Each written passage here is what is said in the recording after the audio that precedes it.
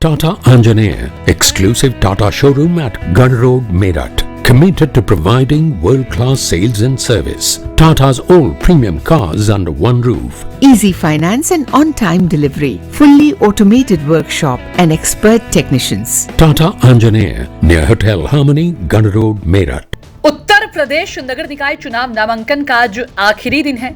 ऐसे में भाजपा ने कल अपने प्रत्याशियों की घोषणा कर दी है, जिसके बाद अब भाजपा के प्रत्याशियों का नामांकन भी जोर शोर से कराया जा रहा है।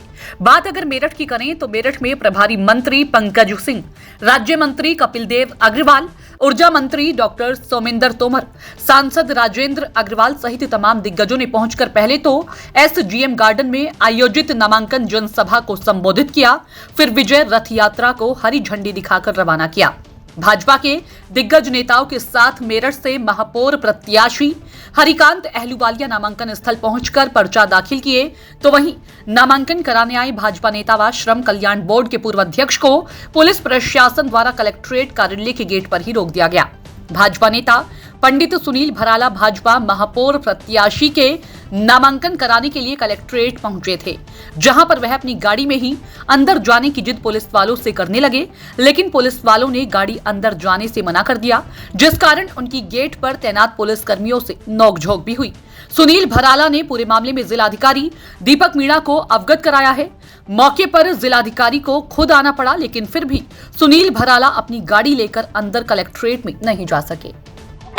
अच्छा जी, भाजपा ने भी सभी पार्टियों के बाद अब जीत के मैदान में उतर गई है, तो क्या कहना चाहेंगे भाजपा की तरफ से आलूवालिया जी को ही प्रत्याशी के रूप में? देखिए, हमारी जो पार्टी है 12 महीने काम करने वाली पार्टी है, और इसलिए हम लोग कई बार कहते हैं कि हमारा प्रत्याशी तो परमानेंट है, कमल का फूल। जिसके हाथ में कमल का फूल होगा वो हमारा प्रत्याशी हो जाएगा।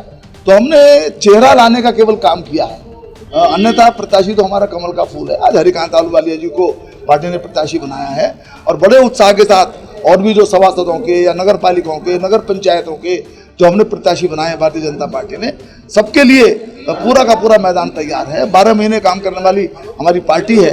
बूथ स्तर तक समर्पित कार्यकर्ताओं की हमारी एक बड़ी कार्यकर्ताओं की मैं कहता हूँ कि फौज कह लीजिए आप, वो है।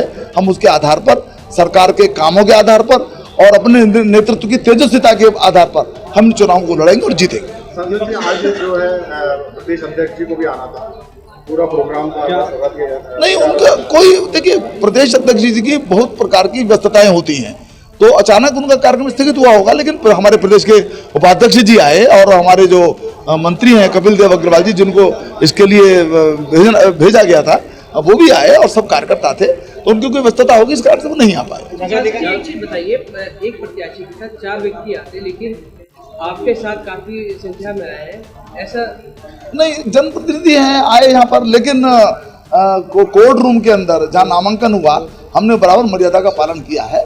और मर्यादा का पालन करना, ये देखा जाए तो भारतीय जनता पार्टी के स्वभाव और संस्कार में ही। देखिए, इतिहास है कि जिसकी सत्तारूढ़ सरकार होती है उसका मेयर नहीं बनता। हमने बहुत इतिहास बदले हैं। इतिहास ये भी था कि नोएडा जो जाएगा मुख्यमंत्री वो दोबारा नहीं बनेगा। इतिहास ये भी था कि दोबारा मुख्यमंत्री यानी किसी की सरकार लौटेगी ही नहीं।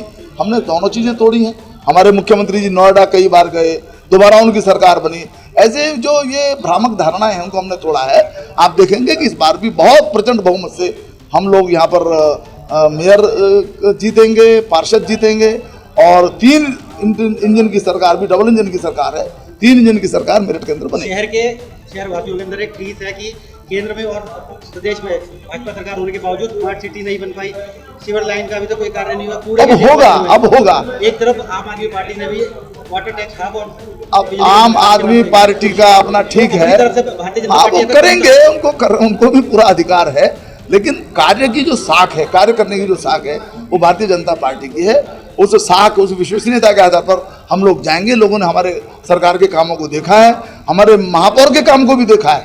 5 वर्ष पहले हरिकांत अहलूवालिया, भाजपा ने एक बार फिर आपको प्रत्याशी के रूप में चुना है, क्या कहना चाहेंगे और क्या महत्वाकांक्षा रहेगी जनता के? देखिए, मैं अभी अपने कार्यकाल का बता के चुका हूँ कि लगभग हमारे कार्यकाल में पिछले 12 से लेकर 17 तक, थोड़ा ध्यान देना भैया, 2012 से लेकर 17 तक जब केंद्र में कांग्रेस सरकार हुआ करती थी, 2014 में हमारी सरकार आई थी, और पूरे 5 साल अखिलेश यादव जी की सरकार थी, नगर विकास मंत्री आजम खान साहब हुआ करते थे, उनकी ऐसी हिदायत थी यहाँ पे नगर आयुक्त यहाँ के अधिकारियों को कि जो यहाँ के मेयर हैं उन पर बिल्कुल भी कंसंट्रेट ना किया जाए, तवज्जो ना दी जाए।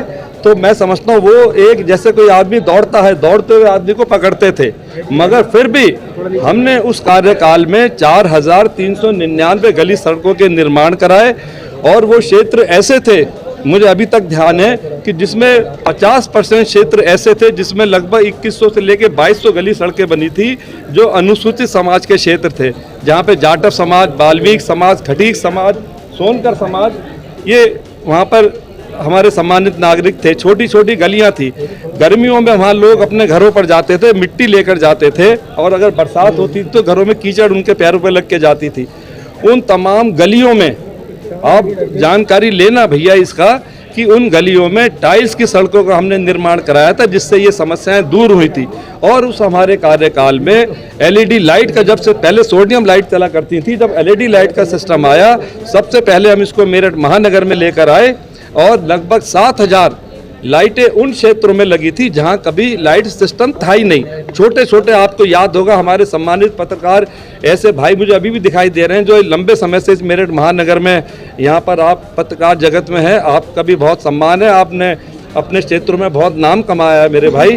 तो उन गलियों में छोटे बल्ब की जगह एलईडी लाइटें जब उस समय लगी तो आप समझ सकते हैं कि उन वहाँ के नागरिकों में कितनी खुशी थी। जी, इस बार जो है जो छोटी छोटी मूलभूत सुविधाएं हैं जैसे सफाई व्यवस्था हो गई, सीवर व्यवस्था हो गई और कूड़े की समस्या हो गई, तो और सबसे बड़ी बात ये जो स्मार्ट सिटी की योजना है, क्या आप अगर बन जाते हैं मेयर तो ये पूरी होगी? मेरे सर मैं वहीं पर आ रहा हूँ और मेरा कहने का मतलब ये है, अब हमारी केंद्र में सरकार है, हमारी प्रदेश में सरकार है और मैं समझता हूँ कि मेरे पिछले कार्यकाल को देखते हुए मुझे जनता का पूरा आशीर्वाद मिलने जा रहा है। और मैं समझता हूँ कि सबसे पहला हमारा यहाँ का एक जो यहाँ के ड्रेनेज सिस्टम है इस मेरठ महानगर का, नाले नालियों में जो रुकाव होता है, ये सारे सिस्टम है, इसके लिए हमारे सांसद, हमारे विधायक, हमारे मंत्री सबके साथ एक आशीर्वाद मिलने जा रहा है। और मैं समझता हूँ कि सबसे पहला हमारा यहाँ का एक जो यहाँ के ड्रेनेज सिस्टम है इस मेरठ महानगर का, नाले नालियों में जो रुकाव होता है, ये सारे सिस्टम है,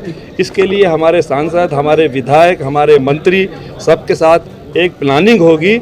और आपने देखा होगा कि हमेशा एक जिक्र हमेशा हमारे सामने आता है कि इंदौर क्षेत्र में एक माना हुआ शहर माने जाता है, वहाँ का ड्रेनेज सिस्टम, वहाँ की सफाई व्यवस्था क्या है, चाहे हमें वहाँ से अधिकारी बुलाने पड़े।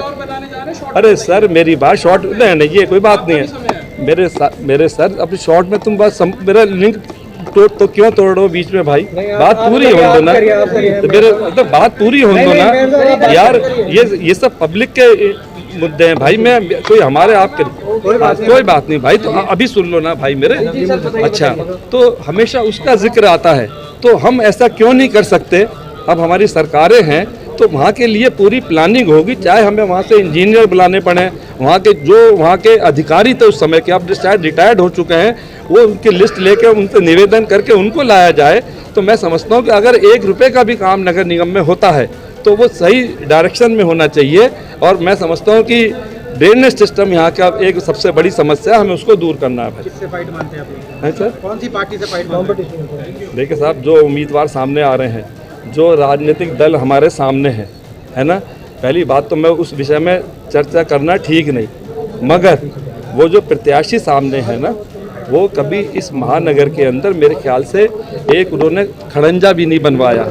और जो बसपा के प्रत्याशी हमारे समय में वो पार्षद रहे हैं वैसे वो, और क्या उनकी कार्यशैली थी, क्या वो डिस्टर्बेंस क्रिएट करते थे वहाँ पर, तो मैं समझता हूँ कि मुकाबला की बात मैं कुछ नहीं समझ पा रहा। मुझे यहाँ की महानगर की जनता पे विश्वास है, जनता बहुत जागरूक हो चुकी है और हमारे युवा उनमें इतनी जागरूकता आ गई है कि वो जानते हैं कि वोट की कीमत क्या होती है।